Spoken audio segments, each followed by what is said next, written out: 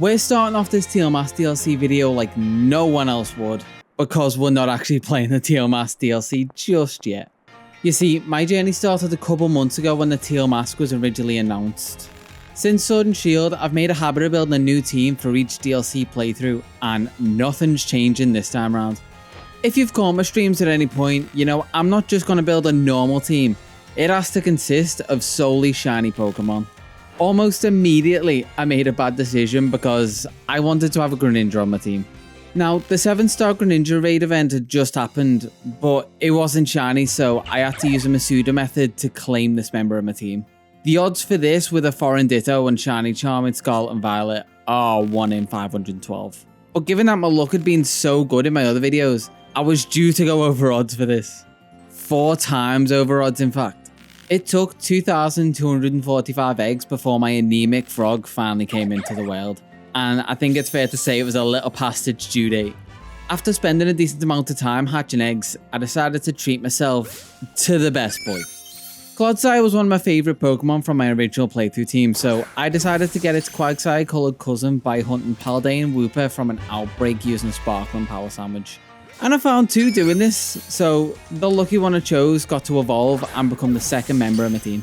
The next member, or 3, for the team was going to be Volcarona, and Slitherwing, and Moth. Volcarona is a Pokemon that's grown on me over time, having originally disliked the design when I first encountered it in Gen 5, but now it's way up in my top 5. And to show my love for it, and because I thought it'd be funny to have half my team technically be one Pokemon, I needed to add the past and future Paradox forms to my team as well, leaving only 1 slot left. A decent Pokemon player for the start wouldn't have this team, but they'd also choose something that would help with type coverage. I'm more of a novice player if I'm honest, so I just went with a Rotom since I can change its type if I need to. All 4 of these were hunted using the isolated encounter method and Sparkling Power 3 sandwich for anyone who cares. With my team collected, it was time to wait for the DLC to release. I wanted to play it as soon as possible, so I started my stream around 11 PM on the 12th of September. I know, it's surprising how long it's taken me to get this video out. Rumours were going around that it would be released at 1 AM GMT, so I knew I had some time to prep before I could start playing.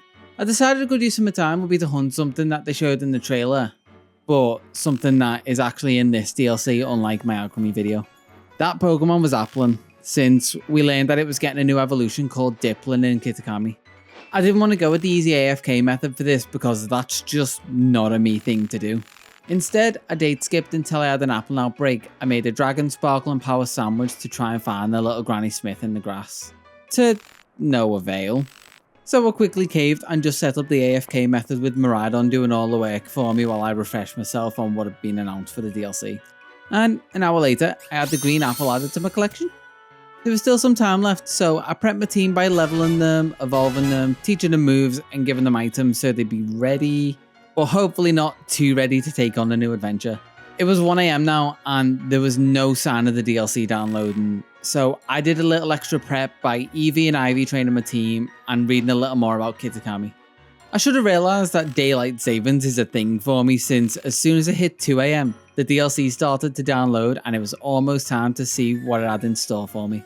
A short download later, the game launched itself and I was immediately met with a phone call telling me I'd been specially selected to go on an exclusive trip. Putting all of my skepticism that this may have been a scam call aside, I took the advice and headed to the academy to accept my prize. Thankfully, I was wrong in expecting this to be a scam, and I was met by a new professor called Briar, who is from the Unova region?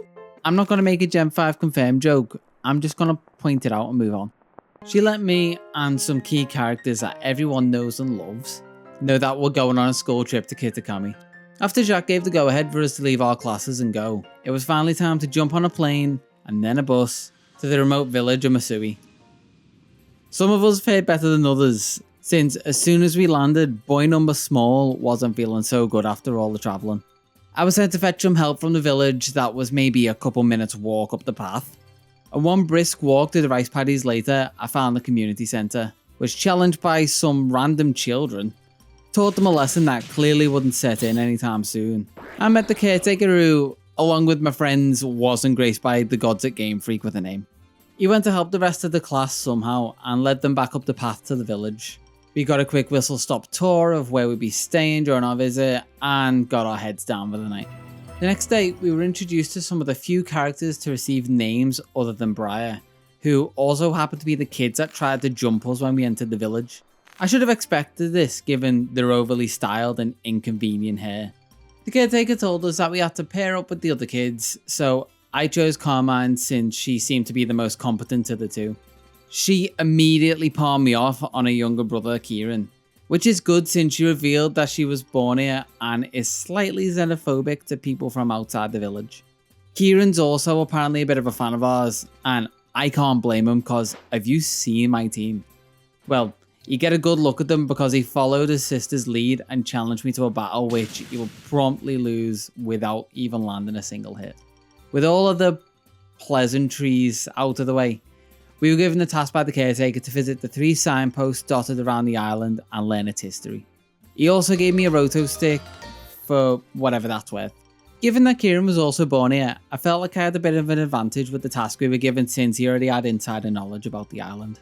This partnership paid off straight away since he led the way to the first signpost located in a place called the Loyalty Plaza. I miraculously made it up the hill before Kieran, even though he ran off ahead of us. But putting that aside, we reached the sign and he read us a story of the ogre that came down from the mountain. It was fended off by the loyal 3 who fainted during the battle. The villagers did the obvious thing and buried them instead of taking them to a Poke Center or some form of nurse. Different times, I guess. Kieran decided to make things weird by letting me know that he really likes the ogre, which is a clear red flag. The fact that he isn't allowed to have a phone now makes more sense because I don't even want to know what will be in his search history. Moving swiftly on from that, he got onto the topic of sandwiches, which made our prehistoric bike jump out of its Pokeball, scaring the life out of Kieran. We let him know that the dinosaurs are herbivore and only eat sandwiches, and that helped him calm down a little, letting us take a picture with him in front of the sign for the task. Our next destination would be Kitakami Hall, located up another hill on the other side of Masui Village. Conveniently, with Koraidon already out of its Pokeball, I hopped on top and flew right over the village and over to the next signpost. Kieran imparted some of his local knowledge, telling us about the different masks of the ogre, including the green mask that had the power to revive with the greenery. He also let us know that the loyal 3 stole the red, blue and grey masks from the ogre, and after they fell in battle, the villagers took a leaf out of the British history books and stored the stolen artifacts in Kitakami Hall. We then have to listen to Kieran reinforcing how much he loves the ogre again. I don't ask any more questions and try to avoid talking about the topic any more than I have to. And we take a second picture to document our progress on the task. Kieran's still trying to convert us into ogre lovers, so he leads us up to the ogre's supposed home. As you'd expect, I completely disregarded the intended path up the mountain, climbed up the side of a waterfall, and met back up with Kieran at the completely safe sound and dreaded den. He finds some excuse to battle us again, just to show us how his Sentra evolved by taking some steps up the path, like it's a Pomo or something. Shockingly, this battle didn't last long, with Greninja putting in the majority of the work and making the effort I put into the overodds hunt definitely feel worth it. Obviously, we invade the ogre's home after this, finding nothing of interest. Probably because it had everything stolen from it years ago. Then Kieran started to get a bit too friendly with us and invited us back to his place. So we follow him back, but just as project partners, in a completely platonic way. Don't need him getting ideas. We get a bit of an insight into his backstory here, given that both his grandpa and grandma are shocked that he's made a friend. So am I, to be fair, because I don't know what I said or did to give him that impression either. To try and distract from this awkward situation, we learned that there's a celebration going on called the Festival of Masks over at the Kitakami Hall. To get into the spirit of the festival, I get all dressed up in the local attire, and obviously I'm gonna need a mask to fit in, but I don't have one of my own. Carmine decides she's finally gonna make an appearance and gets changed into her festival outfit before going to look for any masks that they might have. She roots around in the family garage and she's only able to find 2 of them. And I don't care enough to start a fight between 2 siblings, so I just let them have the masks. Even given my best efforts, she still wants me to feel like one of the family and wants to have a fight with me as well. She hasn't improved all that much into first time, except for the focus Morpeko putting up the only former challenge. Then we find out that she's got a full-on demon side to her. I'm gonna crush you and go to the festival feeling like a winner. but it doesn't help and she still loses the battle. Feeling like one of the family now, they show me that they don't know how masks work and we make our way down to the festival.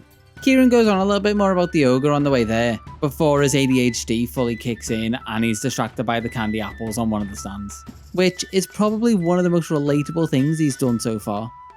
He then runs off again, this time over to the Ogre Oustin stand, which I should have expected. In the first show in a local hospitality, the owner gives me a free round on the house, and after a quick sweep of the balloons and beating the easy mode, they even give me an XP charm as a prize. I also beat the high score set by none other than Carmine, and she's not happy about this. Now, I'm not an advocate for domestic violence or anything, but beating a girl twice in one day did feel pretty good in this case, not gonna lie. While she was distracted trying to beat the scorer set, I noticed something behind her. It was the weirdest looking child I've ever seen. The child ran up the stairs as we walked up to it, but its mask came off and fell down the steps. And to no one's surprise, the child was actually Ogrepon. Looking back at us, it realised its disguise was rumbled and ran off further up the mountain to hide. And we now had the Teal Mask.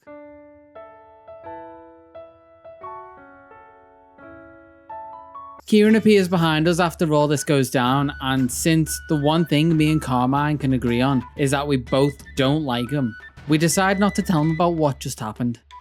The festival is coming to an end at this point, so we all head back and rest up for the next day.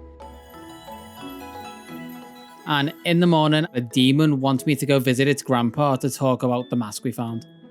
When I got there, we started talking about the eponymous mask before Kieran woke up and almost caught wind about what we were discussing.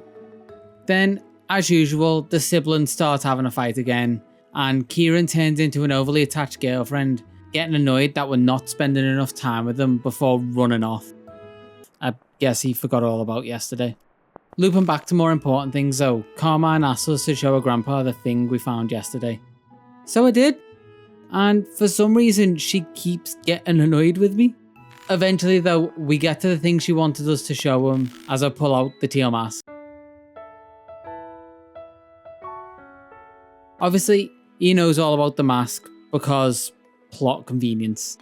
Apparently, this man and his family have been spreading false information for generations, and the ogre was actually being bullied by the loyalty the whole time. While we're being told this, we see that Kieran can't actually run all that far, so he was outside the gate the whole time. But after a short breather, he just keeps going on his morning jog. We finish up planning what we're going to do with the mask and head off to meet up with Kieran, hopefully for the last time, to finish off the task we were given. I catch up with him outside the corner shop and he's acting really odd, asking me questions that he clearly knows the answers to. I lie to him obviously because, you know, I don't like him, but apparently people don't like being lied to. So he reluctantly helps us finish the task by telling us that the last signpost is in the Paradise Barrens.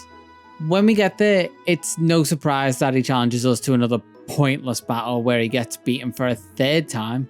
Honestly, it's just all par for the course at this point and we're just going through the motions. We take the final picture and Kieran does his best impression of a teenager who doesn't want to be in the family photo. He also makes us read this sign ourselves, which has something about the masks being useful if you don't want to die. It seems like either the locals or the devs had just given up at this point. With that, we're done with the task, and more importantly, we're done with Kieran. He seems like he needs a space, and I'm more than happy to give it to him. I head back to Carmine and a grandpa for an update on what we should do with the mask we found. And turns out, the mask got chipped on its little trip down the stairs. But no worries, because a grandpa's a skilled mask craftsman who can fix it for us, and we won't question why a mask craftsman only has 2 masks to his name.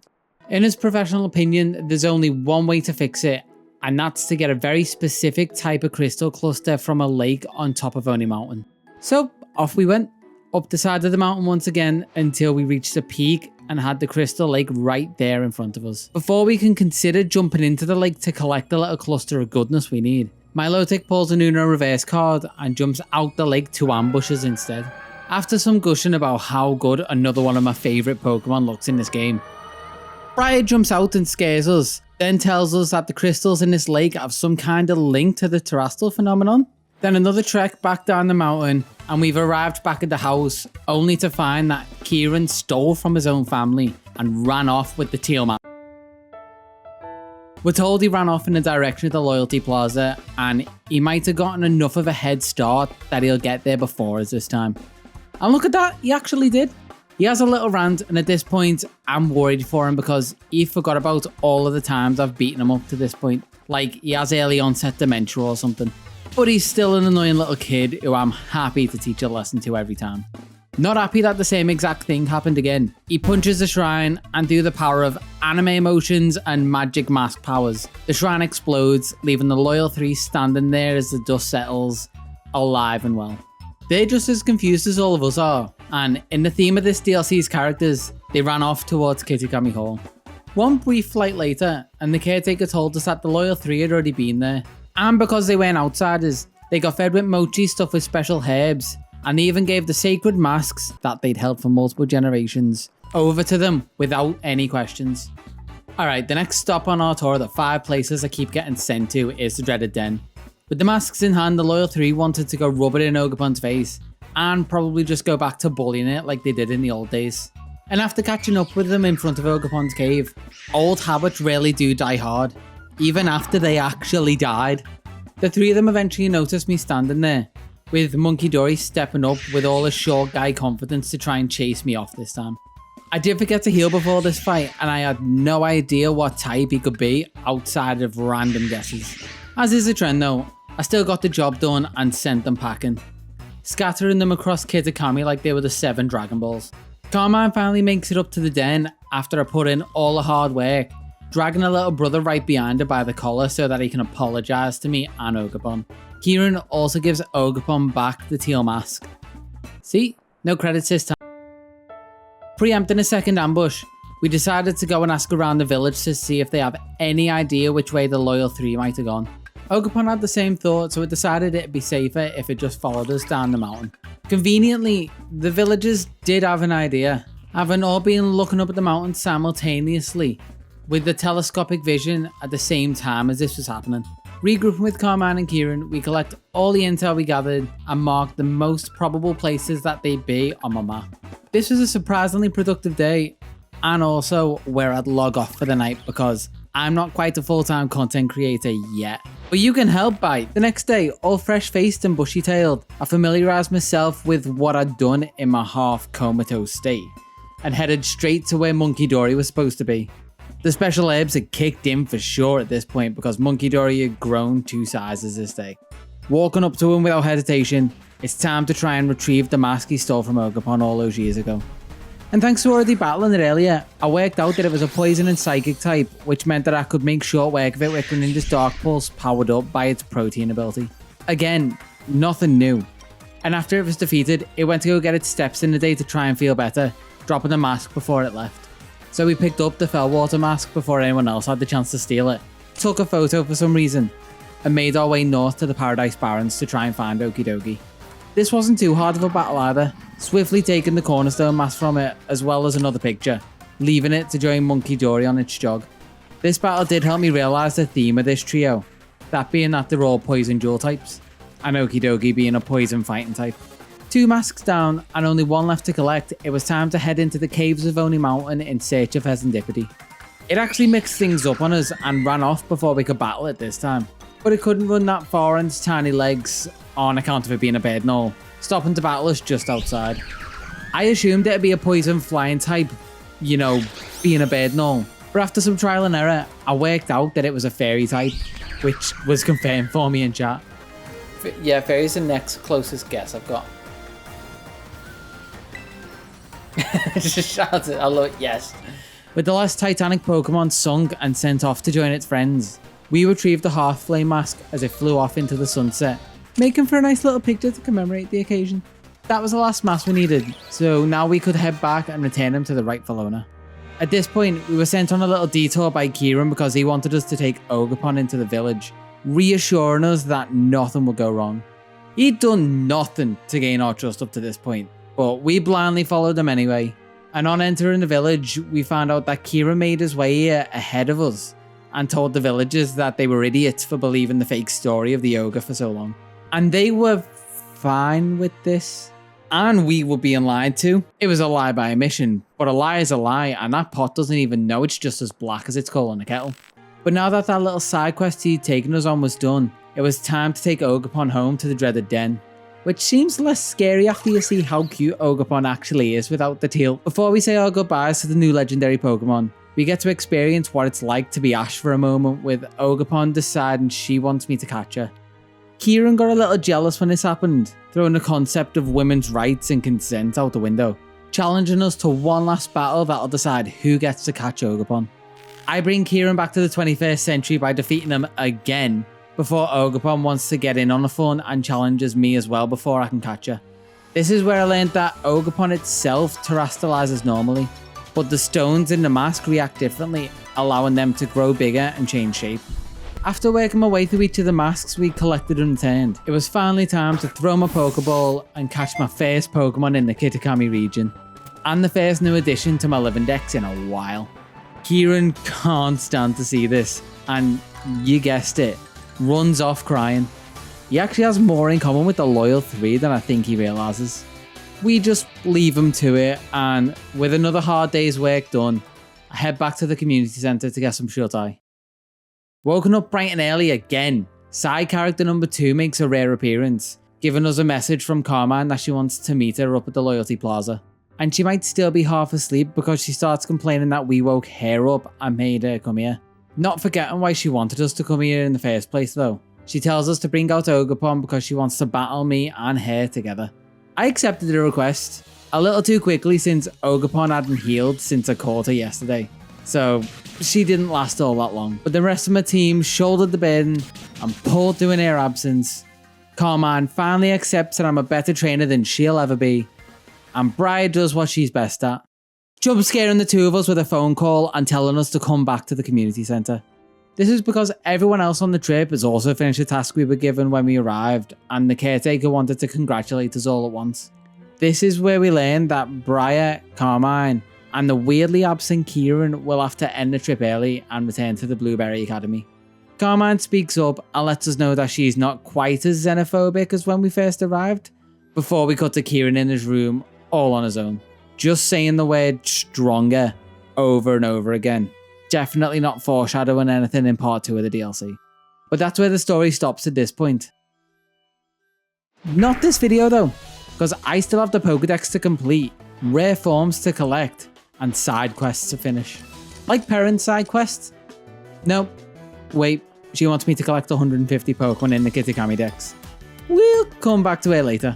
For now, I'm going to focus on completing as much of the Dex as I can. With how much of my Pokemon experience revolves around completing Pokedexes and collecting Pokemon, I didn't really have much of a method for doing it this time around. I just explored the island and caught any Pokemon I saw that I didn't already have, using the hints the Dex would give me to help fill in the gaps. At this point, I was purely catching base forms and some evolved forms if they're in front of me, saving all of the evolutions for the end. It was only a couple of catches in, and I spotted something that I hadn't caught for any of my Dexes so far. A Golden Boy, which was a kind of full odds Poochyena. I do have a shiny charm, but no other boosts active, so this was a nice surprise to find. Hopefully this was a good sign of things to come. That was the lie I told myself. Since I've already covered catching a lot of these Pokemon in my Living Dex video, I'm going to skim over most of them and focus on the new Pokemon introduced in the DLC. Like Diglett's Convergent evolution that was introduced in Paldean, Kitakami introduced us to Poltchageist and Sinistcha. They're like Poltchageist and Sinistea, except Japanese and green. For now, I'm only going to be catching the common or counterfeit forms, adding the Artisan variant to the list of things I'll come back to later. While exploring the island to fill my Dex, I randomly ran into Jacques, who apparently followed us to Kitakami. I'm still not sure why, but he's here nonetheless. He also hands me over a presumably special egg that, like the other things so far, will be added to the ever-growing list of things to do. I'll make a note of where he is for when I've completed my Dex and get my actual head down after another relatively productive day, having only evolutions left before I could start ticking things off that list. With fresh eyes on the task at hand, I flicked through my Pokedex and noticed I was still missing Basculin, which had its White Stripe form brought into the modern era for the first time in the DLC. So I headed into the Timeless Forest and caught the last Pokemon I needed before finally moving on to the evolution phase of completing the Dex. Up until now, I unintentionally hadn't left Kitakami, and after realising this, I just took it on as an extra challenge to stay here until I either completed the DLC or had no choice but to leave so I could finish it. With this in mind, I'm making a conscious choice to not use all of the XP candy going stale in my bag. I headed to the Paradise Barrens once again to grind out all of the levels and evolutions. After countless Sandslash, Earthworms and Bombardiers laid down their lives for this cause, there were only a few Pokemon left before I headed back to Jacques to show my Dex and have him hopefully be proud enough to put it on his fridge. Oh, and I found a shiny golden compass during the process. But that's just a side note because there are some evolutions that can't be achieved by leveling up alone. So I booted up my copy of Violet and traded with myself to evolve the final Pokemon I needed, as well as giving myself the version exclusives I was missing. There was just one last thing left that I didn't know and found completely by chance, and that was how to evolve Applin into Dipplin. I had some idea that it was going to be by giving it some kind of apple based on how you get Flapple and Appleton. And just in case there are people who still haven't figured it out, you need to find this small little apple orchard away from all the other apple orchards that has a self-service checkout stand for candy apples. This is the item I need to end this phase and start the next. With Dipplin added to my collection, there are only 4 Pokemon left to complete the Kitakami Dex. And not knowing what was left in the DLC, I remembered that Jacques handed me an egg earlier and hoped that this was going to hatch into something that I didn't already have.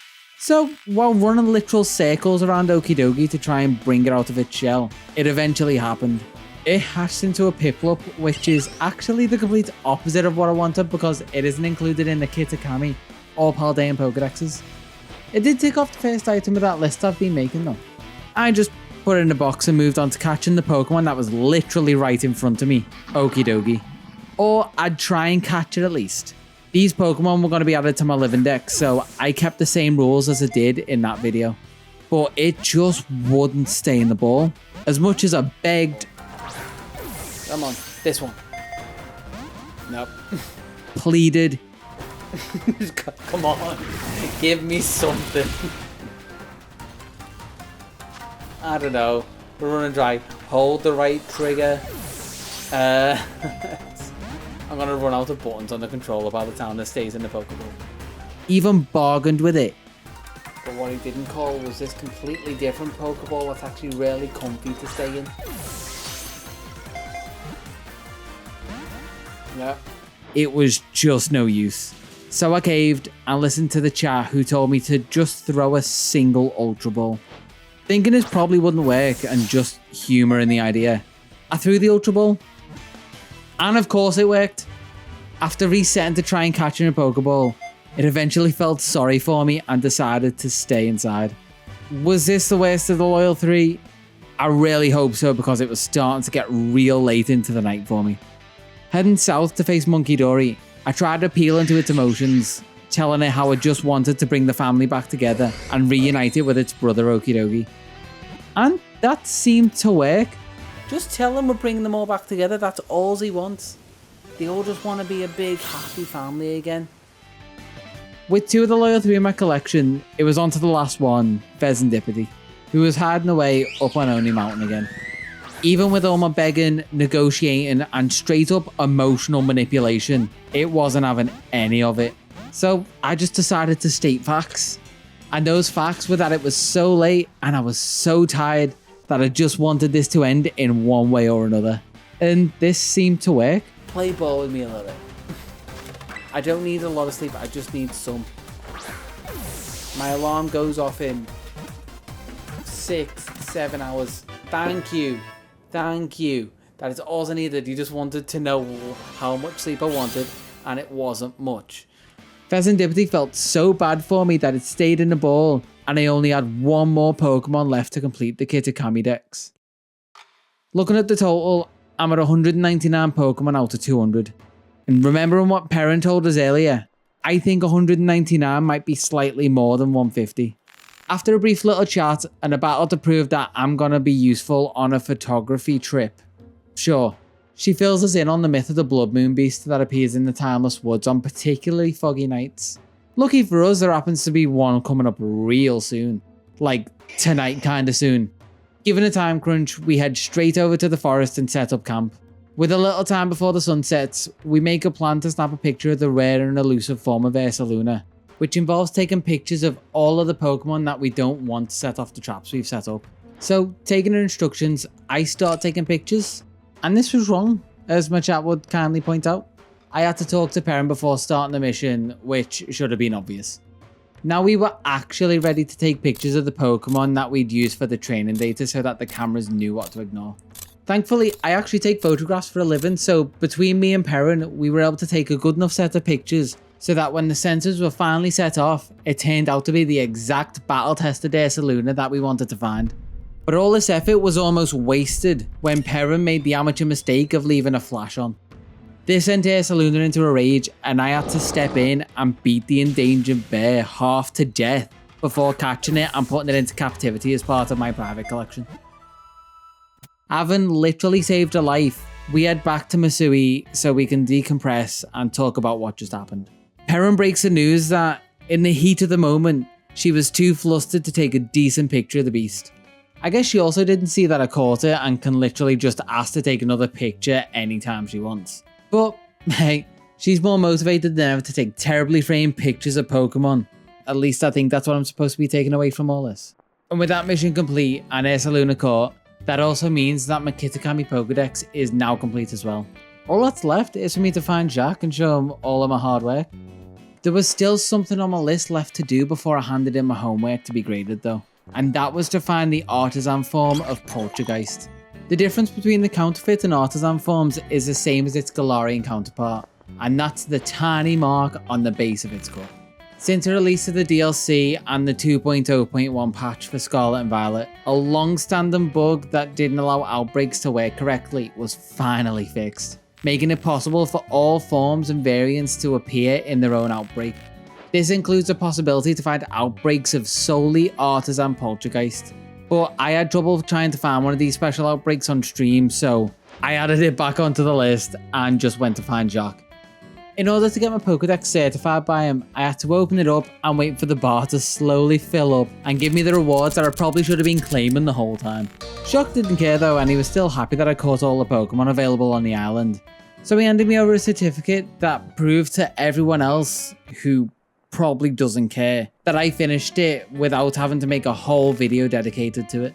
Feeling lost now without a dex to complete, I moved on to the other side quests on the island. The first being taught by a woman in Masui village to find Lady and Air and a manservant Billy. Once I found them up in Apple Hills looking over the village, it was clear that she was, without a doubt, more upper class than most people. But Billy came off as more down to earth, if I had to put it nicely. Could it be fate? Coincidence? Or maybe I've been drawn here by our glitterati energy? All common as muck, if I'm going to be brutally honest. Just trying to fake it until he makes it. I mean, the man can't even afford shoes. Lady in Air still thinks that of the two of us, I'm the commoner though.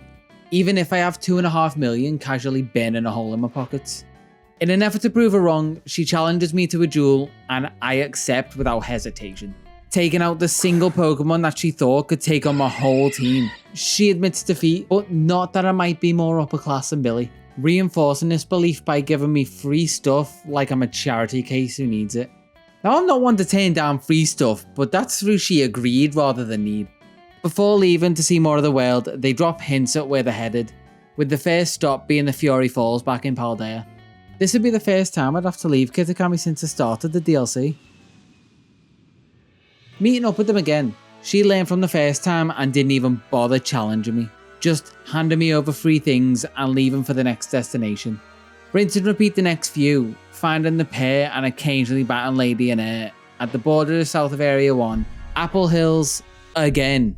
We're at Beta, again, Casa Royal Lake, Glaciado Mountain, and finally on a random cliff above Area 0 where she challenged me for one last time to the most precarious battle in the whole game. Obviously I won, finally helping her realise that all people are people. Someone write that down because that's deep. Ever the generous person, she gave me a shiny golden phone case for helping her come to this realisation. And then they just up and left me on the side of the mountain. I mean, I could have died for all they know. But with my wallet bulge still unacknowledged by her, I pop on the case and move on with my life. And in an attempt to reclaim what's left of my pride, it's time to give hunting the Artisan form of Poltchageist another chance. I didn't want to waste people's time, so this was something I did off stream. In an effort to try and shake off the bad luck I'd had so far, I swapped to using a ghost encounter sandwich and stared very closely at the underside of each one. In a completely normal and non-creepy way. After about half an hour, I spotted a Poltchageist with the rare rear marking. Well, it was actually 3. But the first one paid the ultimate price to teach a very valuable lesson to me. It knocked itself out by using momentum before I could even throw the first Pokeball. Since these were from my living dex, I had to evolve one of them into Sinister using the Masterpiece Teacup this time because this form is way pickier than a counterfeit form. That's just grateful to be given anything at all, honestly. It was actually while I was completing my Pokedex that I found this treasured artifact hidden in a cave behind a Snorlax in the Timeless Woods. For all the blood, sweat and tears that someone probably put into making this, it's kind of odd to go and hide it all the way out there. Speaking of my living dex, all of the new additions from the DLC bring the total up to 1,292 out of 1,382. Now, most of the battles so far have been pretty easy, so I wanted to see if a side quest based on battles would pose any sort of challenge. This questline revolves around a group of trainers who call themselves the Kitakami Ogre Clan. And they want me to not hunt shiny Pokemon, but instead they want me to hunt the most dangerous game, man. I'm going to need to find 7 trainers spread out all over the island. The first of these battles actually managed to take out half of my team, which was a nice change of pace considering all I had to do up to this point was click on the super effective move to win. But in the end it was nothing I couldn't deal with, and moving on to the second trainer I found, they rarely give me a run for my money. I made one wrong decision when switching Pokemon that allowed the Snorlax to set up multiple curses in a row, leaving me with a damaged team and a dream. The only option to finish off this buffed up wall that I could see at this point was my prehistoric Moth. So I sent it out, clicked on close combat, crossed my fingers and hoped for the best. And by what seemed like a miracle to me, it landed and took it out in a single blow, even with all of its buffs. Slitherwing finished off the last of the team as a flex, and I could take a moment to relax after that complete disaster of a battle. 2 battles down so far, and they were both pretty interesting. Unfortunately, the rest of the ogres didn't really pose that much of a threat. Whether I was actually getting better at battles, or they were just getting easier. It wasn't long before I'd beaten all 7 of the trainers, with the only notable tactic being a shift tree that... You know what? I'm just going to let you judge for yourself. Just go for it. Or it's going to explode. There's me thinking, oh, it's probably going to go for Soul Reef. No. It's just going to sack itself. I returned to the guy who sent me out to beat up his friends to get my rewards, only to find out that he's a super secret, never before seen, timed exclusive, limited edition leader of the Ogre Clan. We moved this battle to somewhere more appropriate for the occasion, and, well, it wasn't quite a sweep, but it also wasn't that hard either. I defeated the leader of the Ogre Clan with Rotom cleaning up the last of his team and finishing the quest that was meant for children. Well, that kind of makes me feel worse about how hard a couple of those battles were for me. But ignorance is bliss and a win's a win. I was still the first person to actually finish the challenge, so that has to count for something, right? With not much left to do, let's go after a quicker win for once. There's a couple behind the community centre who are so in love that they don't think there's anything, person or Pokemon, that are more lovey-dovey than they are. This was a thinker to try and prove them wrong, but after scanning my boxes, I realised there's no Pokemon more committed to its relationship, and even its family, than Mousehold. So much so that they're quite literally never seen apart and are now considered to just be a singular Pokemon. I'd guessed correctly, and as my reward, I was shown how to pose like half of a heart. This isn't the best thing for someone as introverted as I am, but I can embrace this and just complete my own heart, as depressing as that sounds. Moving swiftly on, it was time to go against my British heritage and return some of the stolen artifacts in my possession, even if they were originally stolen in the first place. Making my way uptown to Kitakami for potentially the final time, I thought they might like it if I returned the masks I had. Cutting straight to it, the caretaker didn't care about the masks. He just wanted money from me, my family, my friends, literally anyone who had disposable income burning a hole in their pockets. And he didn't just want a small amount either. He wanted $1 million Pokédollars to return the shrine to the loyal 3. You know, the ones that they recently learned were actually bandits and bullies. Yeah, that loyal 3. Back to the way it was. This was a very questionable thing to do. But I'm a slave to my completionist tendencies, so I donate the full amount he needs. And almost immediately, he gets contractors working on the project, finishing it within a single day. Just as a side note, this is maybe the most unrealistic thing in a game about living myths and magic animals. With the shrine now restored exactly as it was, marks and all pretenses are dropped about this being for the cultural benefit of the island, and instead just being about all the tourism and revenue that it's going to funnel into the village. And looking at it, the shrine didn't look like it cost $1 million Pokédollars to repair, and I think the caretaker knew that I was onto him. So with some spare money that was apparently left over from the project, he tried to buy my silence with some new flashy clothes. I thought I was done with the DLC, but while writing the script for this video, I found out about a short quest that rewards you with free Herba Mystica. And little did I know, this would take me on an unexpected emotional journey. If you don't know, this quest is centered on making some new chairs for your picnic table. I know, it's so interesting. But the man making them is lacking in inspiration. Maybe I should show him some of Perrin's pictures. That seemed to work for her. Instead of that, he asked me to bring in some different patterns of tablecloths so we could copy them exactly and sell them for profit, like any reputable artist would. So I went on a shopping spree buying out all of the tablecloths in Mesagosa, Levincia and Cascarafa, and with 18 tablecloths in hand, I only had one to collect. And that final tablecloth is a reward for finishing the olive roll minigame in under 2 minutes 30. That might sound easy, and for some people it was, but it took me so long that I slowly descended further and further into madness. Got brain space. Get through the gap. The gap. Go on, you can do it. No, don't fall. Oh. It makes me feel better if I think it's like trial and error. See, like, what the hell was that?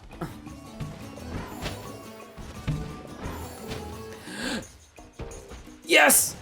Oh, yes! Complete RNG! Let's just try and bulk this in.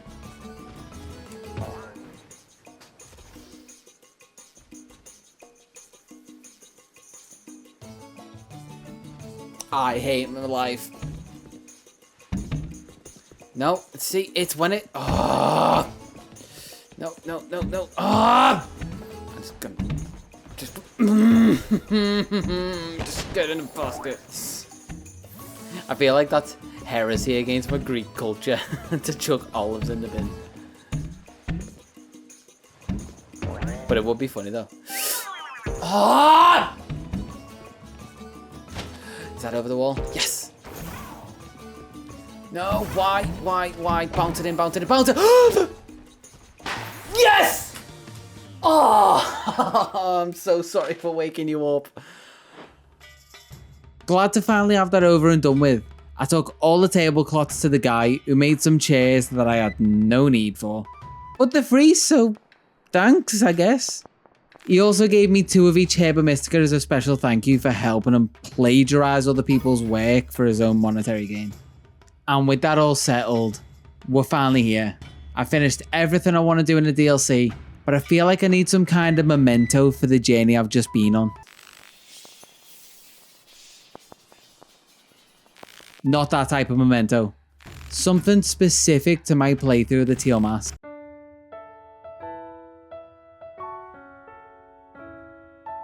God damn it, I forgot about that. Anyway, remember back to before the DLC was even released and I found a shiny Applin? Well, along with my golden phone case and flashy new clothes, I wanted to round off the look with a shiny Dipplin, who, by chance, happens to be covered in a golden syrup, completely matching my aesthetic and being the literal embodiment of drip. And with my new little golden buddy by my side, that's where the story stops for me and Dripplin, for now. These videos take a while to make, so if you like it, it'd be useful if you subscribe so you know when my next one eventually comes out. And other than that, share, like, follow my Twitch and all that other stuff I'm supposed to say here, and bye!